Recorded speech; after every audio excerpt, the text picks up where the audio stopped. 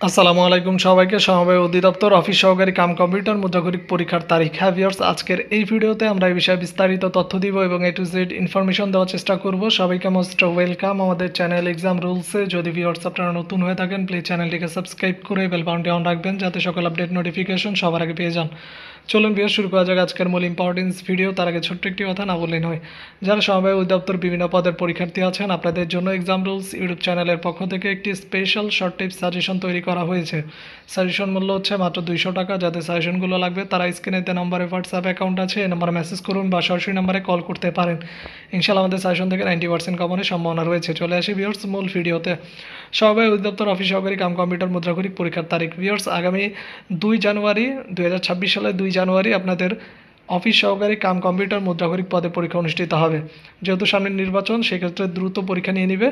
হাতে 1 মাসের মতো সময় পাচ্ছেন। যারা পরীক্ষার্থী আছেন প্রিপারেশন নিন। যাতে শর্টকাট সাজেশন লাগবে যোগাযোগ করুন স্ক্রিনে দেওয়া নম্বরে। 1 মাস না, প্রায় 1.5 মাসের মতো সময় পাচ্ছেন। তারপরেও বলবো যে ভিউয়ার্স, প্রিপারেশন খুব দ্রুত নেওয়া শুরু করে দিন। আগামী 2 জানুয়ারি পরীক্ষা এই পদের।